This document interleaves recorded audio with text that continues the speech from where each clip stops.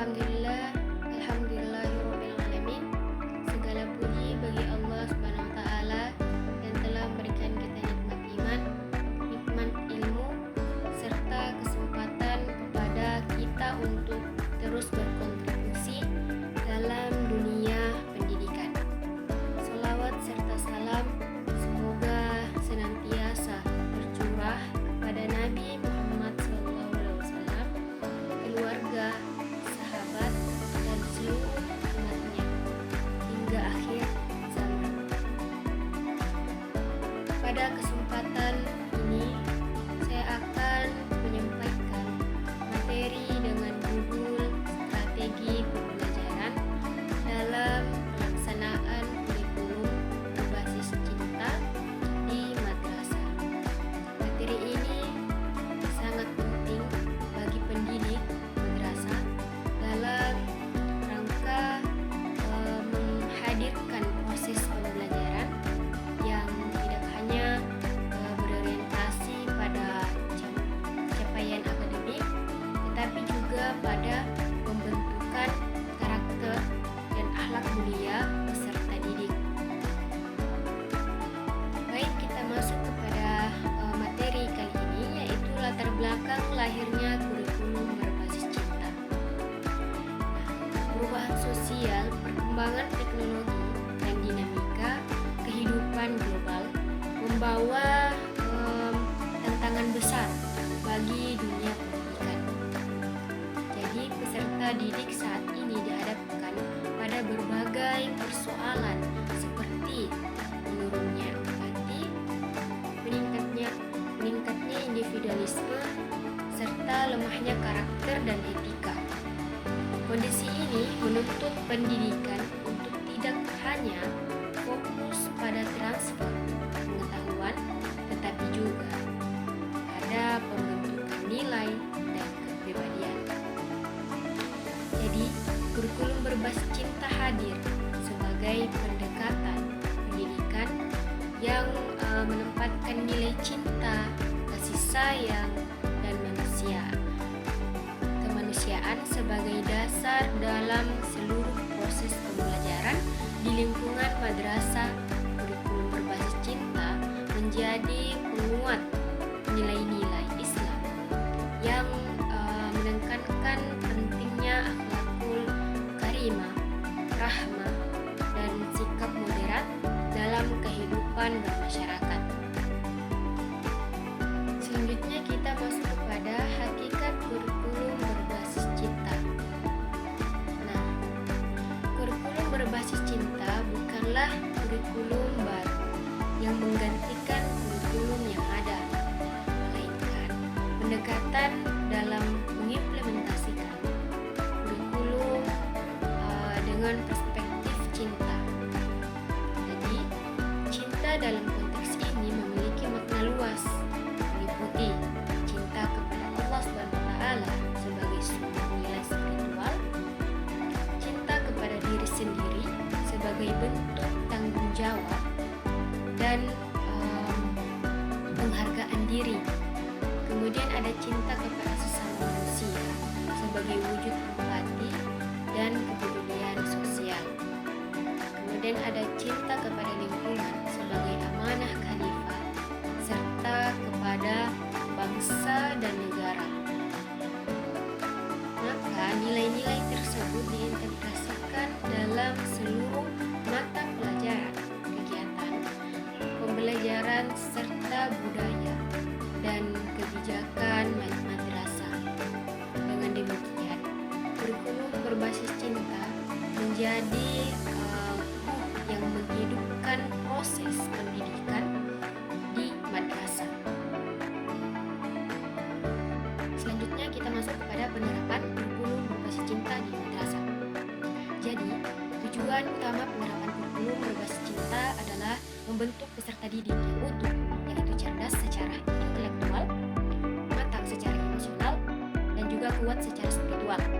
KBC bertujuan menumbuhkan sikap empati, toleransi, kepedulian, serta tanggung jawab sosial peserta didik. Selain itu, KBC juga bertujuan menciptakan iklim pembelajaran yang aman, nyaman, dan menyenangkan sehingga peserta didik merasa dihargai dan termotivasi untuk belajar. Dengan tujuan tersebut, madrasah diharapkan mampu melahirkan generasi yang tidak hanya unggul secara akademik, tetapi juga berakhlak mulia dan berkepribadian rahmatan lil alamin. Selanjutnya, kita masuk pada urgensi strategi pembelajaran dalam pelaksanaan KBC. Keberhasilan kurikulum berbasis cinta sangat bergantung pada strategi pembelajaran yang diterapkan oleh guru. Strategi pembelajaran merupakan perencanaan dan pelaksanaan pembelajaran yang dirancang secara sistematis untuk mencapai tujuan pendidikan. Dalam konteks KBC, strategi pembelajaran harus mampu mengintegrasikan nilai-nilai cinta ke dalam proses belajar mengajar. Jadi, guru tidak hanya dituntut untuk menguasai materi pembelajaran, tetapi juga memiliki kesadaran pedagogis untuk menghadirkan pembelajaran yang menyentuh hati peserta didik. Oleh karena itu, strategi pembelajaran KBC harus bersifat holistik, menyentuh aspek kognitif, efektif, dan psikomotorik secara seimbang. Selanjutnya, di sini saya akan membahas tentang prinsip-prinsip strategi pembelajaran berbasis cinta. Strategi pembelajaran dalam kurikulum berbasis cinta dilandasi oleh beberapa prinsip utama. Yang pertama itu ada pembelajaran berpusat pada peserta didik dan menghargai keunikan setiap individu.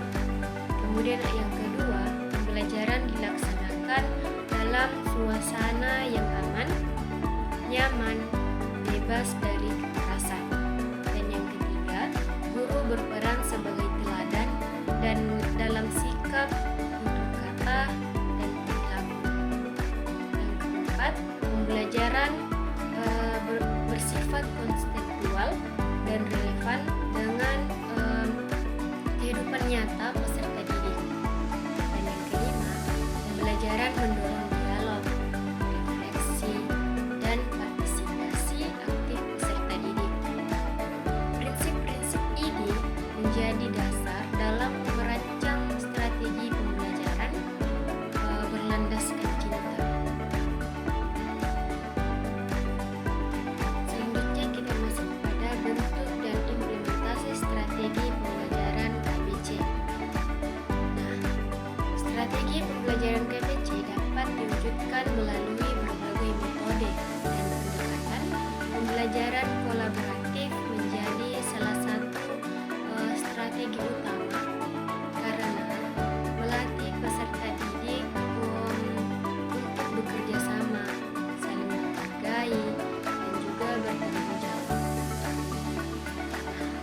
Diskusi reflektif juga penting untuk melatih peserta didik mengemukakan pendapat dengan santun dan menghargai pandangan orang lain. Selain itu, pembelajaran berbasis proyek memberikan kesempatan kepada peserta didik untuk belajar melalui pengalaman nyata seperti kegiatan sosial, kepedulian lingkungan, dan juga pengabdian masyarakat. Dalam setiap kegiatan pembelajaran, guru perlu menyisipkan refleksi nilai agar peserta didik mampu mengaitkan materi pelajaran dengan nilai-nilai kehidupan. Baik, kita masuk kepada peran guru dalam kurikulum berbasis cinta. Jadi, guru merupakan aktor utama dalam